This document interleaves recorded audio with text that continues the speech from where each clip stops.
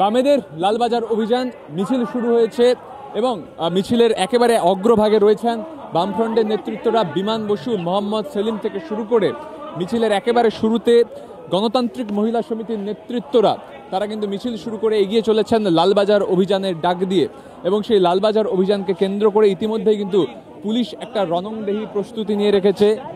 त्योहार और प्यार लाती है रिश्तों में ढेर सारा मिठास, परंपरा वही सोच नहीं। आदि मोहिनी मोहन कांजीलाल সেই রণংদেহী প্রস্তুতিতে দেখা যাচ্ছে 9 ফুটের লম্বা ব্যারিকেড। ইতিমধ্যে কয়েকদিন আগে জুনিয়র ডাক্তাররা তারা কিন্তু এই লালবাজার অভিযান করেছিলেন এবং তারপর আবারও কিন্তু বামফ্রন্টের লালবাজার অভিযান এবং সেই লালবাজার অভিযান শুরু হয়েছে। সেলিমবাবু, সামনে তো 9 ফুটের ব্যারিকেড পুলিশ করে রেখেছে। সরকারের এবং পুলিশের হাইট যত নিচু হচ্ছে ব্যারিকেড তত উঁচু হচ্ছে। জুনিয়র ডাক্তারদের সময় আমরা দেখেছিলাম 9 ফুটের ব্যারিকেড, একটা যুদ্ধংদেহী মনোভাব, বিশাল পুলিশ বাহিনী। আসলে গণ আন্দোলনকে ফুট দিয়ে মাপা যায় না। যারা ফুট দিয়ে ব্যারিকেড বানাচ্ছে তারা ফুটে যাবে, সেই জন্য লড়াই হচ্ছে। সরকার বলছে জুনিয়র ডাক্তাররা কর্মবিরতিতে থাকায় স্বাস্থ্য ব্যবস্থা ভেঙে পড়ছে। 7,500 জুনিয়র ডাক্তার, এতে সবচেয়ে বড় মিথ্যে কথা। হাসপাতালে সরকারি ডাক্তাররা, যারা মেডিকেল অফিসার, যারা অ্যাসিস্ট্যান্ট প্রফেসর ভিজিটিং, তাদের অপমান করা হচ্ছে, তারা প্রাণপাত করছেন। আর মমতা ব্যানার্জি ওই বহু চর্চিত super speciality hospital, multi super speciality কোথায় গেল? কেন জেলা হাসপাতালের পরিকাঠামো ভেঙে গেল? কেন পেরিফেরাল সিস্টেমটাকে ভেঙে দিলেন? কেন সবাইকে শুধু মেডিকেল কলেজে আসতে হয়? আর মেডিকেল চিকিৎসা চলছে। অভিষেক মিথ্যে কথা বলেছে, তার বিরুদ্ধে ডাক্তারবাবুরা কেস করেছেন ইতিমধ্যে। অন্যায় মিথ্যাচার প্রথম থেকে করছে, পুলিশও করছে, সরকারও করছে। স্বাস্থ্যক্ষেত্রে 35% শূন্যপদ ফাঁকা, তাতে অসুবিধা হচ্ছে না। ও শুধু দেখছে কোথা থেকে কাটমানি খাওয়া যায়। এবং যতগুলো অ্যাপয়েন্টমেন্ট হয়েছে, এমনকি যতগুলো প্রমোশন হয়েছে, এখন সেগুলো সব তদন্ত করে দেখতে হবে। গ্রুপ ডি থেকে, সিকিউরিটি থেকে, খাবার সাপ্লায়ার থেকে, যত রকমের কনজিউমেবলস আছে হাসপাতালে, মেডিসিন থেকে, সবেতেই তো কাটমানি সাম্রাজ্য চলছে। আর তাতেই আগস্ট মাসে হিসেব দেখবে আগের বছরের তুলনায়। আমরা তো বলেছিলাম কোভিডের সময় কত মৃত্যু হয়েছে, কেন্দ্রীয় জানা, তারা জানাচ্ছিল না। যারা লাশ চুরি করছিল এখন তারা লাশে হিসেব দিচ্ছে। লাইভ স্ট্রিমিং অসুবিধা কোথায়? সুপ্রিম কোর্টের প্রসিডিং লাইভ স্ট্রিমিং হয়। মমতা ব্যানার্জি প্রাতকৃত্য ছাড়া, নানাগার ছাড়া সবটাই তো লাইভ স্ট্রিম করেন। আর মিডিয়া গত 11-14 বছর তাই তো দেখে এসছি আমি।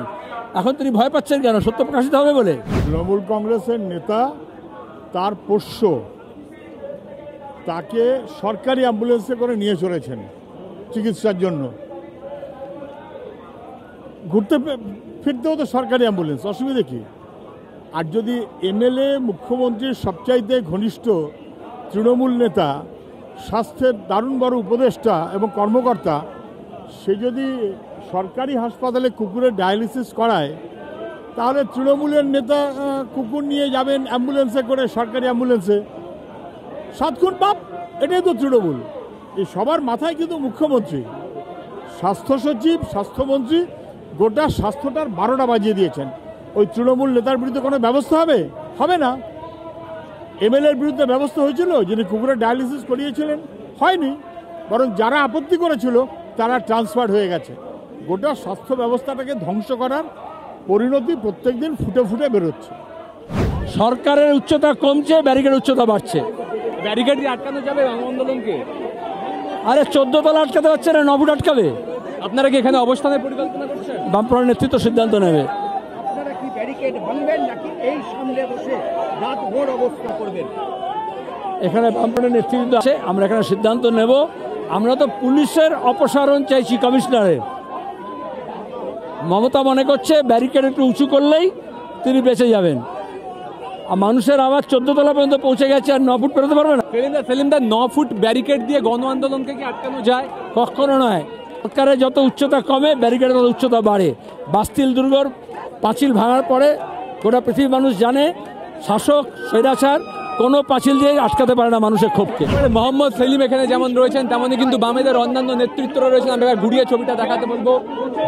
বামেদের মিছিল তা কিন্তু সরাসরি এসে আছড়ে পড়েছে ব্যারিকেডের সামনে এবং এই মুহূর্তে এখানে কিন্তু তারা কার্যত রাতভর অবস্থান করতে পারেন তেমনটাই আমরা জানতে পারছি, এবং ব্যারিকেডের মাথায় উঠে গিয়েছেন বামেদের কর্মী সমর্থকরা। তারা কিন্তু সেখান থেকে প্রতিবাদ প্রদর্শন করেন, এবং যেটা আমরা জানতে পারছি যে এখানেই কিন্তু রাতভর অবস্থান চালাতে পারে বামফ্রন্ট, তেমনটাই সিদ্ধান্ত হতে পারে। এবং এই মুহূর্তে কিন্তু বামফ্রন্টের কর্মী সমর্থকরা তারা উঠে গিয়েছেন ব্যারিকেডের মাথায়, এবং সেখানে তারা প্রতিবাদ প্রদর্শন করছেন। গণতান্ত্রিক রাষ্ট্রে, রাজ্যে, পদ্ধতিতে গণতান্ত্রিক পিলারগুলোর উপরেই তো গণতান্ত্রিক মানুষেরা আস্থা করে, ভরসা করতে চায়। এখনও সাধারণ মানুষ, আমাদের রাজ্যের সাধারণ মানুষের সুরক্ষা নিরাপত্তার জন্য যে প্রশাসনিক গণতান্ত্রিক পিলারগুলো ছিল তার উপরেই ভরসা রাখতে চাইছে, যেহেতু আমরাই গড়েছি। ওরা যদি ওদের কাজ করতে না পারে, মানুষ রাস্তাতেই পাল্টে দেবে সব। আচ্ছা, এই লাইভ স্ট্রিমিংটা তো মুখ্যমন্ত্রী নিজে শুরু করেছিলেন। জেলায় জেলায় প্রশাসনিক মিটিং করতে যেতেন, ওই ভাঙড়ের ওই কোন নেতাটা ছিল, ওকে বলেছিল যে ওখানে বাস স্ট্যান্ড করে কি করবি তোরা, ওখানে বোম বাঁধিস। এক নেতাকে বলেছিল তোমার ভুঁড়ি বেড়ে যাচ্ছে, তুমি প্রাণায়াম করো। আর গোটা রাজ্যের এই ধরনের একটা ইস্যুকে লাইভ স্ট্রিমিং করতে চাইছে, তো মুখ্যমন্ত্রী নিজের স্ট্যান্ড পয়েন্ট থেকে পিছনে পালাচ্ছেন।